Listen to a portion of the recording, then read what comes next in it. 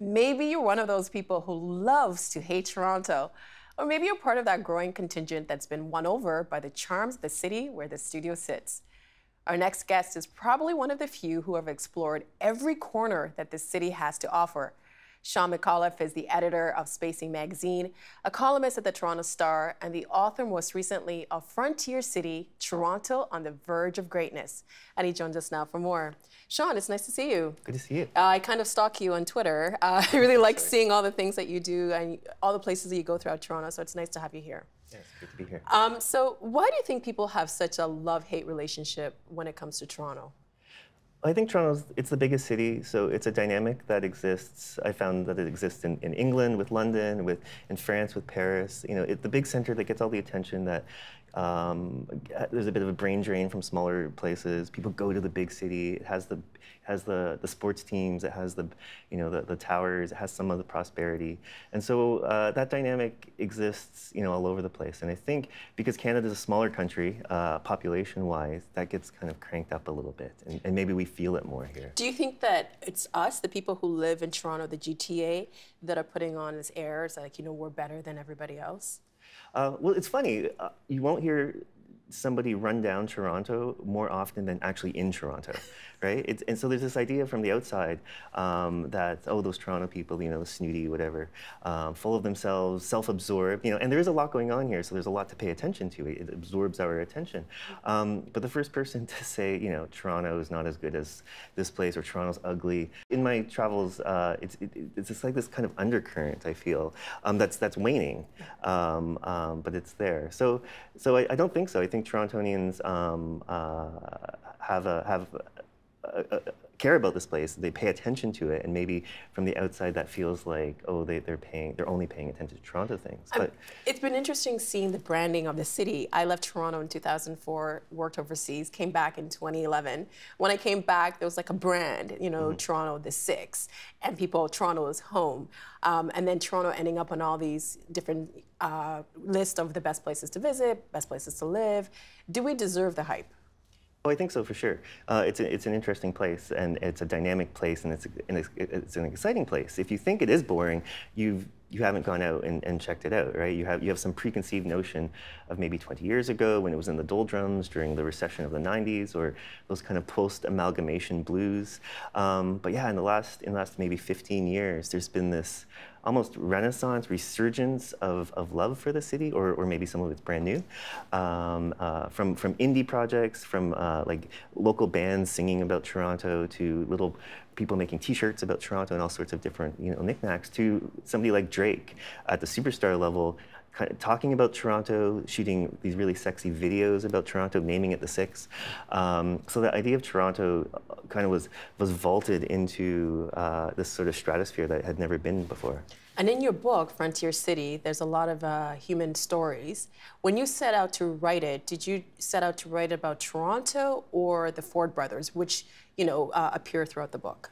Yeah, so when this book was pitched to me back in 2014, we were in the mayoral election, and Rob Ford was still running for office, and it was just after all the drama that we know about now.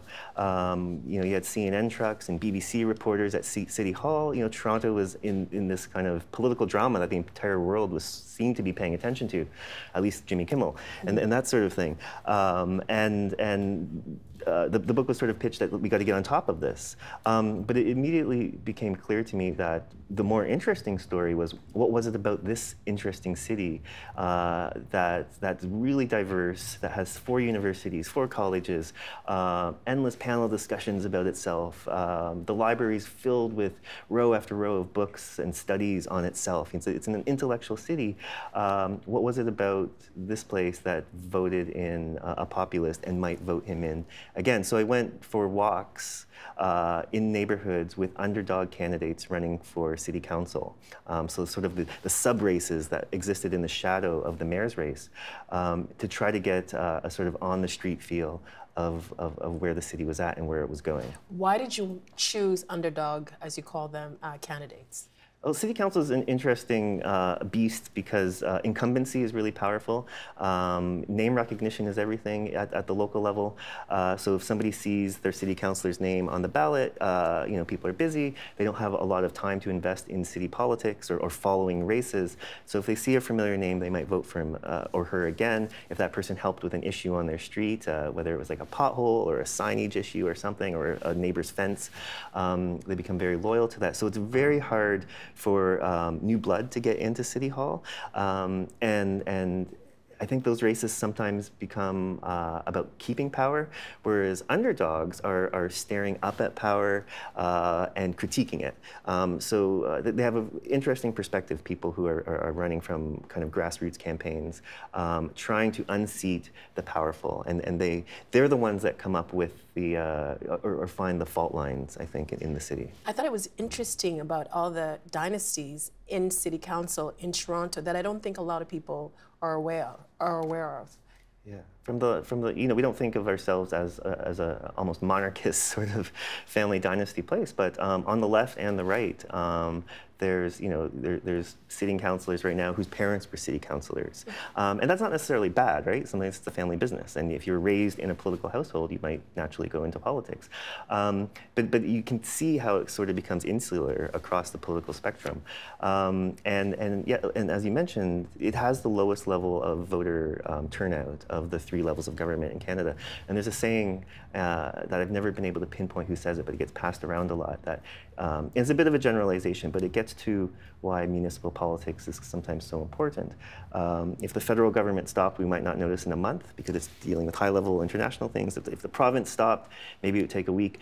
But if the municipal government, shut down, we'd notice like the lights would flicker, the garbage would pile up, the water would stop. So it's this inverse relationship of an incredible amount of oversight over day-to-day lives and really low voter turnout and participation. And I mentioned to you before we started taping the show that I lived in Toronto for 20 years, and a lot of the places that you went to in the book, I didn't even know they were there. I've never been there.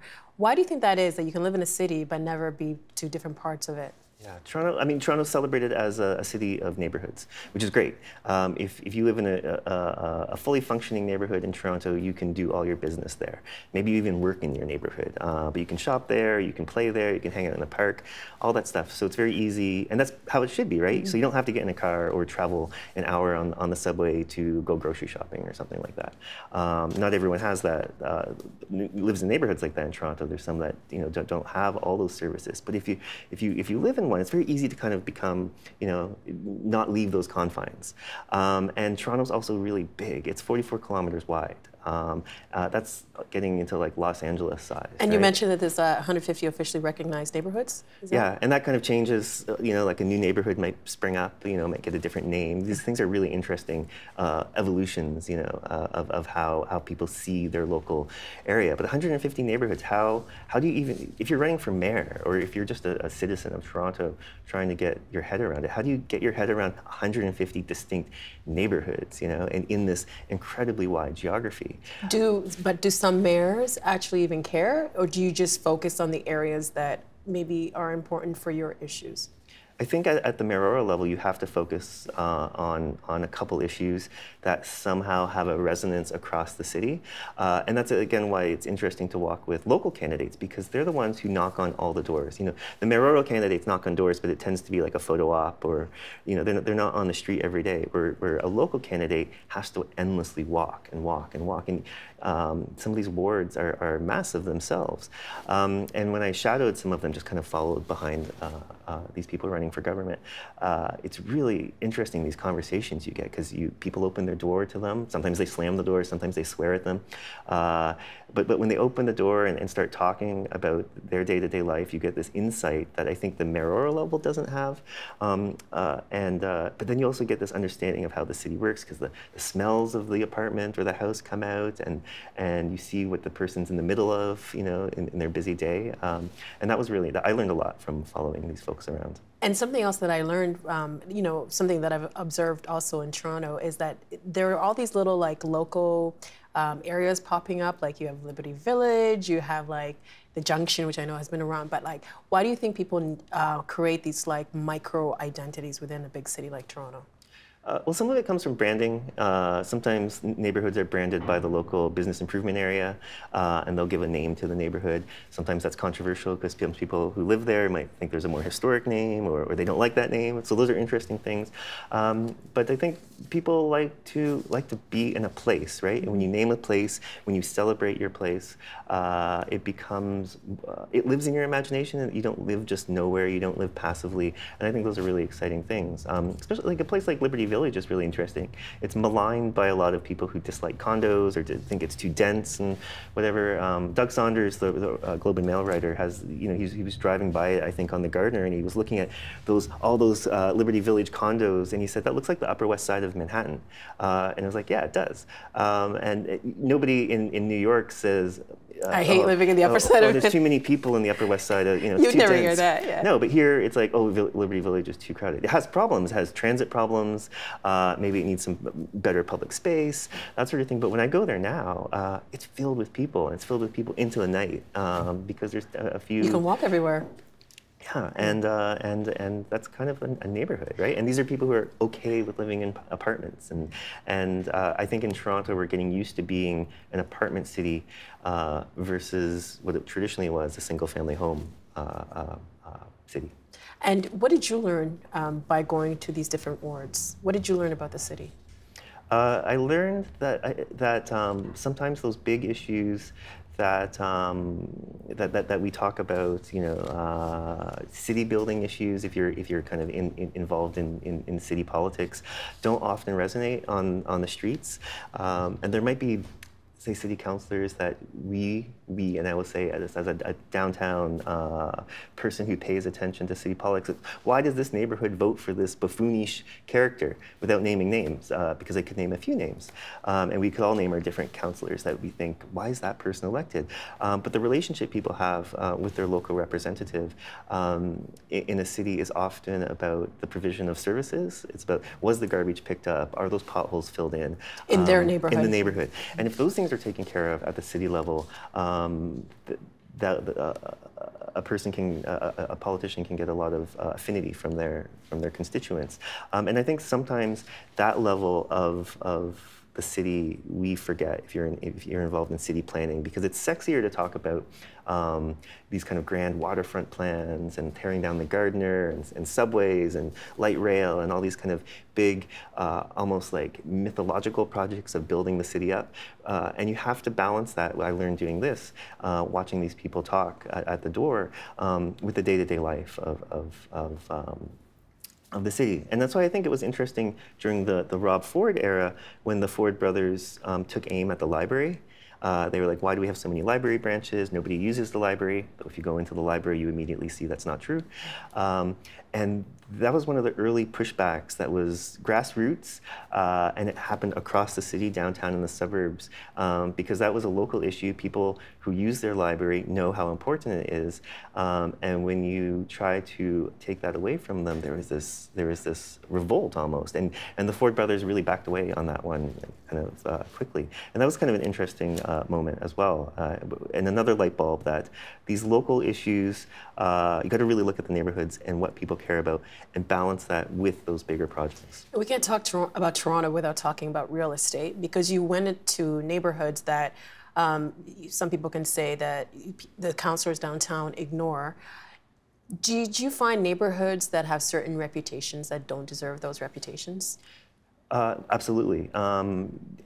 Neighborhoods, it's almost like being in high school and how if you get a name, I'm thinking back to my high school, if you get a reputation for whatever. Mine was 4 Eyes. Right. I think I may have had that one too. And it sticks with you forever. It's impossible to shake. And intersections and geography and neighborhoods are like that too. Like there might have been an incident or 2 or 3 like bad incidents, like things that you have to care about, but they were moments in time, and the day-to-day life of that place is is completely different, right? I remember when I first moved to Toronto in 2000, I would start going for long bike rides to see the city.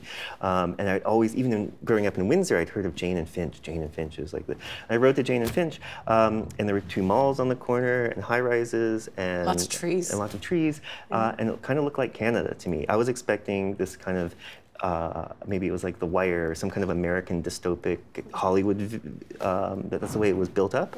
But it wasn't. And that's not to say there aren't social issues, because there are.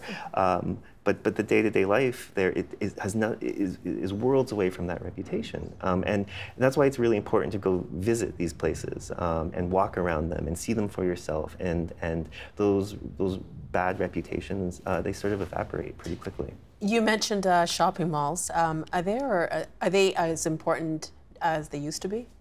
Well, I think so. I'm particularly interested in 2 forms of them. One is the kind of smaller malls, the malls that aren't the Eaton Center or the places that all the big chains immediately come to. I'm thinking one... Galleria Mall. Galleria Mall. Mm-hmm. There's Sheridan Mall, which is at Jane and Wilson, and a number of these other ones throughout the inner suburbs, as we call them. And they sort of become de facto community centers. Albion Mall is really interesting in Rexdale, in North Etobicoke. If you go there, you'll see seniors hanging out because seniors have nowhere to hang out. Seniors it's almost like you're a teenager and you're awkward and society doesn't want you, and you just you have to find your own place to hang out. And then when you become retired and you're a senior, you become a teenager again because nobody wants you. And so you go to these smaller malls and you go to the food court and it's all older folks hanging out.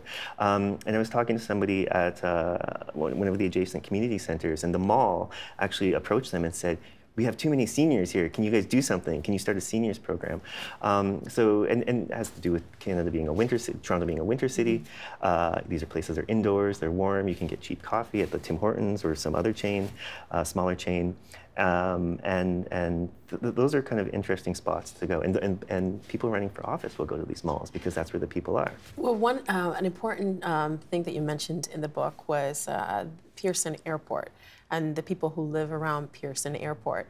When we had Bishop Airport, there was a lot of media was covering it. People didn't want it, but then the people who live around Pearson Airport, which is an important economic hub for not just the city but the province, it doesn't get the same kind of attention. Yeah.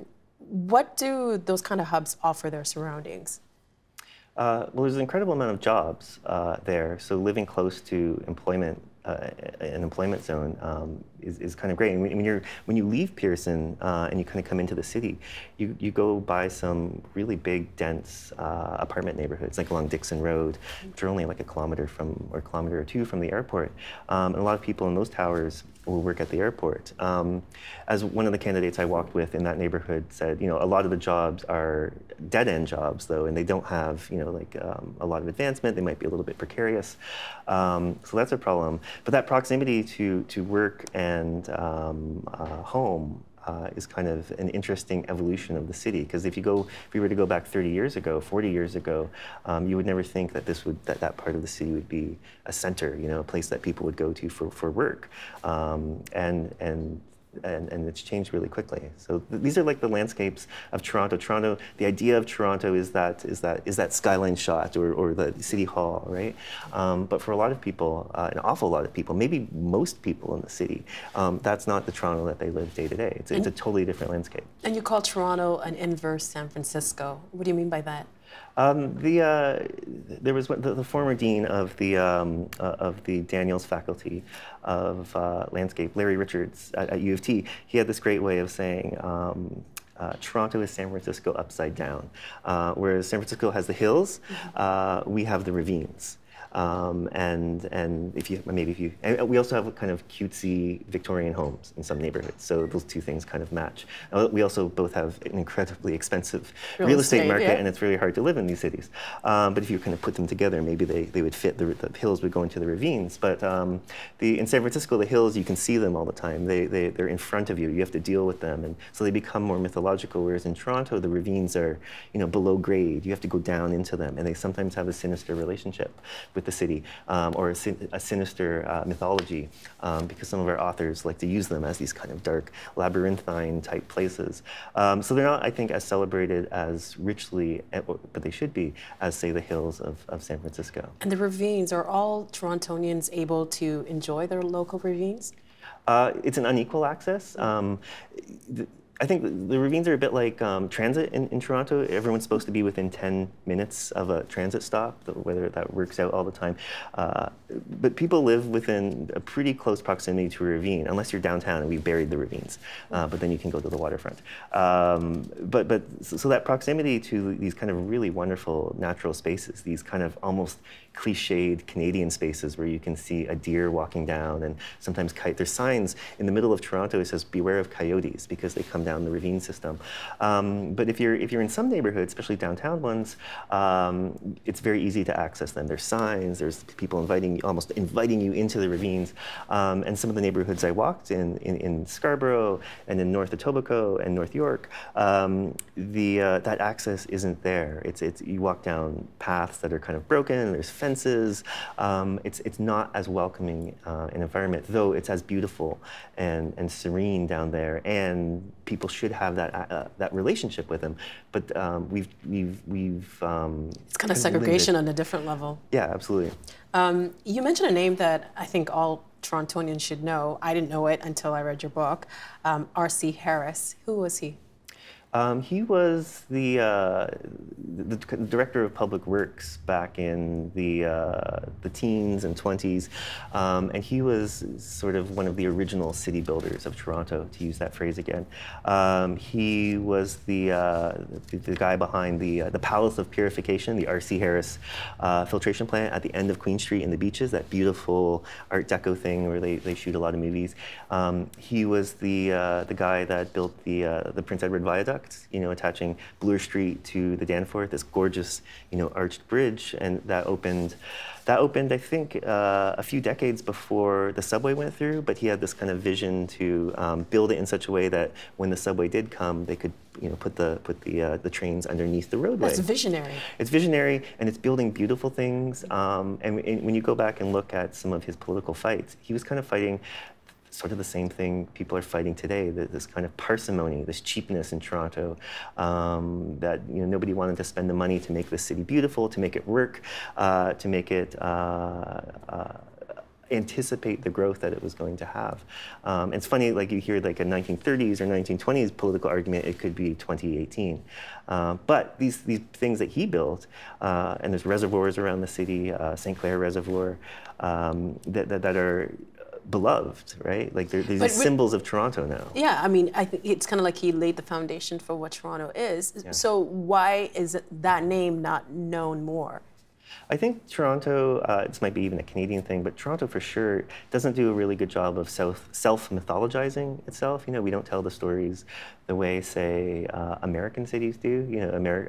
American cities have and American people possibly are just better at like kind of robustly shouting out these grand stories and building up their mythology. Again, sometimes whether it's true or not, but we're a little less good at that. And it's happening, but it just happens slower. And also, I think there's just a tradition of sometimes, and it might be a colonial thing, a colonial hangover in that, like the important stuff always happens somewhere else. London. If you walk around the city of Toronto, what do you see? You see streets named after old dead British guys. Yeah. King Street, Queen, yeah. And statues to them. And so all like the names that you see on the street, and King, Queen, like Bathurst, Young, these are all references to, the colonial power. And so I think they take people maybe consciously, subconsciously, I don't know, out of their local and throw them out there. So that might kind of add to that. And I think that's changing over time. I teach at U of T, and my students have a very different view, I think, of Toronto than the one that I moved into, of that kind of baby boom, older generation, and maybe even kind of Gen X. The kids who are 17 and 18, they don't remember, they were born after amalgamation, so there's only been Toronto of, that goes from Pickering to Mississauga. And I think maybe, and Drake, et cetera, all these things, I get the feeling that they won't have these same, this underappreciation won't be as deep in the next generations. Well, I mean, at the risk of, I don't know, bigging you up, to so to say, I think this book is extremely important because you talk about the history, you talk about what's happening now, and why we should all be aware of, why we should be involved. And I also found it really interesting that before Rob Ford was elected to mayor, you were actually at one of the barbecues in 2010. And I wanted to know, why did you go? This was before he became mayor. Like, what compelled you to go to that? Yeah, this is 2010. He had been a counselor for 10 years, and again, people thought he was a buffoonish character from somewhere in north of Etobicoke, always saying funny things, sometimes offensive things, sometimes deeply offensive things, always voting against any what I might have thought was a good program. And so he was he was running for mayor, which we thought was a big joke and funny, haha. And then he would start having these things called Ford Fests in his mom's backyard, a large backyard on a ravine off of Royal York Road in Etobicoke. And it was September, it was a beautiful night. I think it was TIFF was going on, so all like the glamorous parties downtown. So you decided to go to the opposite side. Yeah, and my friend and I talked ourselves into, let's go to the Ford thing and see what that's like. And so we went out, and as we were going up Royal York Road, the traffic was nuts. We found a place to park. There were kids in Ford t-shirts directing people in. As we were walking down the street, it's a dead-end street to his mom's house. It felt like those pictures of Woodstock, when all the hippies had to abandon their car and walk. And it's like, okay, this might be a thing. And then we rounded the corner into the backyard just as Rob Ford was going on stage to Eye of the Tiger, and there were 2,000 or 3,000 people in his mom's backyard, and it was like, uh-oh, I got this wrong. This guy is a force, and we should have been paying attention to him. But you kind of got it right because you were there. But Shawn, thank you so much for being here. Fantastic book. Thank you so much. The Agenda with Steve Paikin is brought to you by the Chartered Professional Accountants of Ontario, helping businesses stay on the right side of change with strategic thinking, insightful decisions, and business leadership. Are you on the right side of change? Ask an Ontario CPA.